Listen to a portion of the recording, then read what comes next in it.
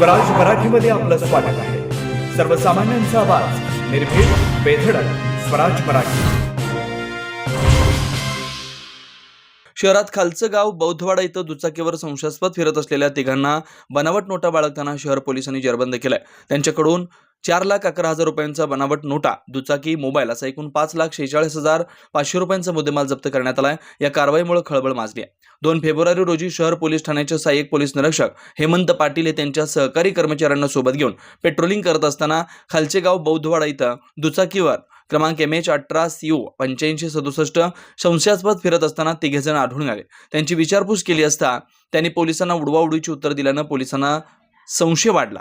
त्यांना पोलीस ठाण्यात आणून त्यांची अंगझडती व बॅग तपासणी करण्यात आली. त्यात भारतीय चलनाच्या हुबेहूब दिसणाऱ्या नोटा सापडल्या. एकूण 823 नोटा आढळून आल्या. त्यांची किंमत 4,11,500 रुपये आहे. तसेच 10,000 रुपयांचा मोबाईल, 1,25,00,000 रुपयांची दुचाकी असा मुद्देमाल जप्त करण्यात आला.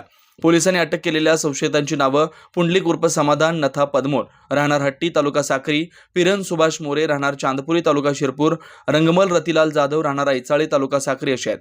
याबाबत पोलीस कॉन्स्टेबल विनोद अखडमल यांच्या फिर्यादीवरून भारतीय न्याय संहिता कलम 180(3)(5) प्रमाणे गुन्हा दाखल करण्यात आला.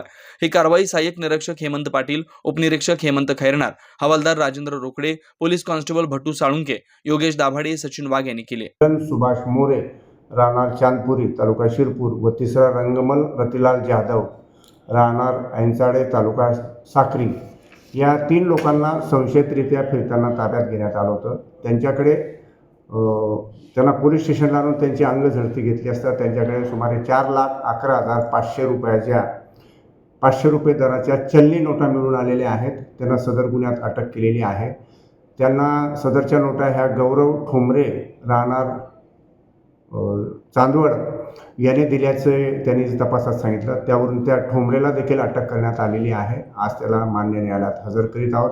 जे आधी 3 आरोपी अटक आहेत त्यांची उद्यापर्यंत पोलीस कस्टडी रिमांड घेण्यात आलेली आहे. आज ठोंबरेला मान्य न्यायालयात हजर करीत आहोत आणि त्याची देखील पोलीस कस्टडी घेऊन सदर गुन्ह्याचा सखोल तपास करीत आहोत. सदर गुन्ह्याचा तपास API हेमंत पाटील साहेब करीत आहेत.